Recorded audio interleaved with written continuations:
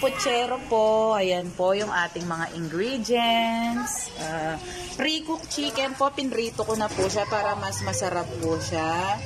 Meron po tayong sitaw, carrots, patatas, sibuyas, bawang, at syempre po ang Del Monte tomato paste and tomato sauce para po makulay ang buhay. Yan po, piniprito ko na po yung saging dyan. Para piniprito ko pa rin po yung mga gulay dito sa ating the best putsero. Sa mga Kapampangan po kasi masyado po kaming metikulosa sa pagluluto. Tsaka dahil po noon po kami na masarap magluto.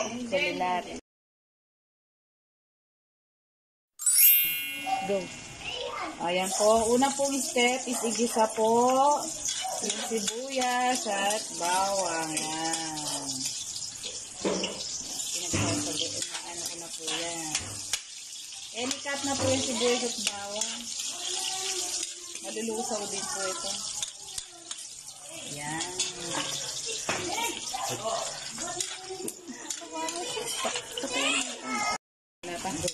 Pag golden brown na po yan, sa amin po kasi, ginigisa po namin yan sa patis.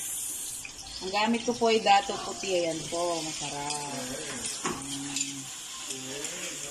May patis po yan. Diyan na po kami manggisa dito. Lutong Kapampangan. Lutong Kapampangan. Laging may patis. Ganito po kami manggisa. Ito po yung panglasa namin. 1, 2, 3. Okay po, pagkatapos po, yung tomato paste na po natin.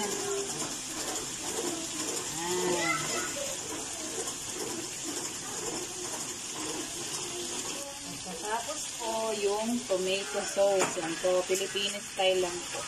12 lang. 12 pesos lang po yan sa tindahan.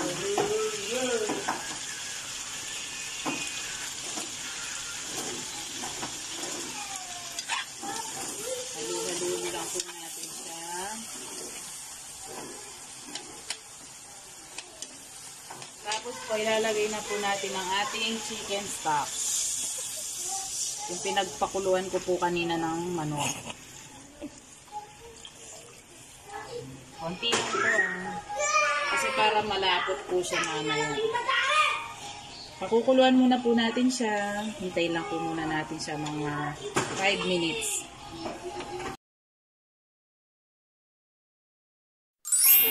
Ayan po, kumukulo na po yung ating chicken stocks na ginisa.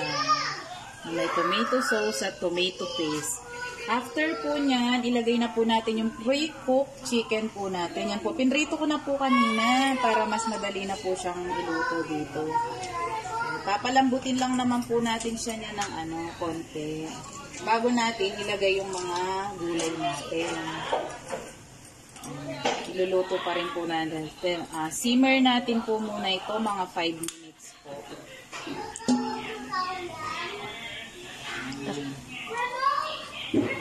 Takpan po natin siya.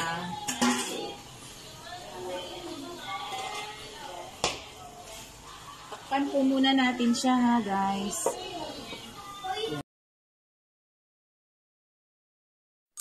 Ayan po, kumukulo na po ang ating chicken. So, ayan na po guys. Ayan po yung gulay natin. Colorful po. Ayan po magluto mga Kapampangan. Lagyan na po natin yung saging.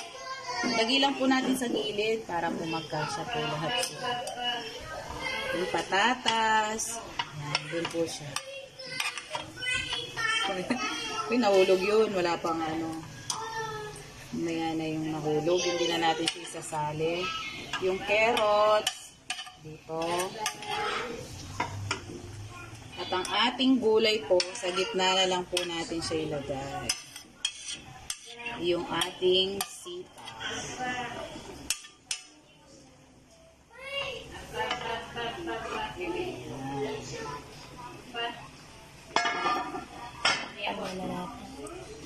Tapos, let it simmer po ulit ng 5 minutes at luto na po siya nun. Simmer lang po natin ulit siya.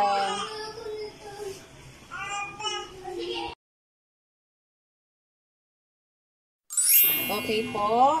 After 5 minutes po, luto na po siya. Ayan na po siya, oh. Yan, kumukulo-kulo. Patayin na po natin. Yan. Thank you for watching po. How to cook pochero. Pocherong manok. Ala Kapampangan. Hello po.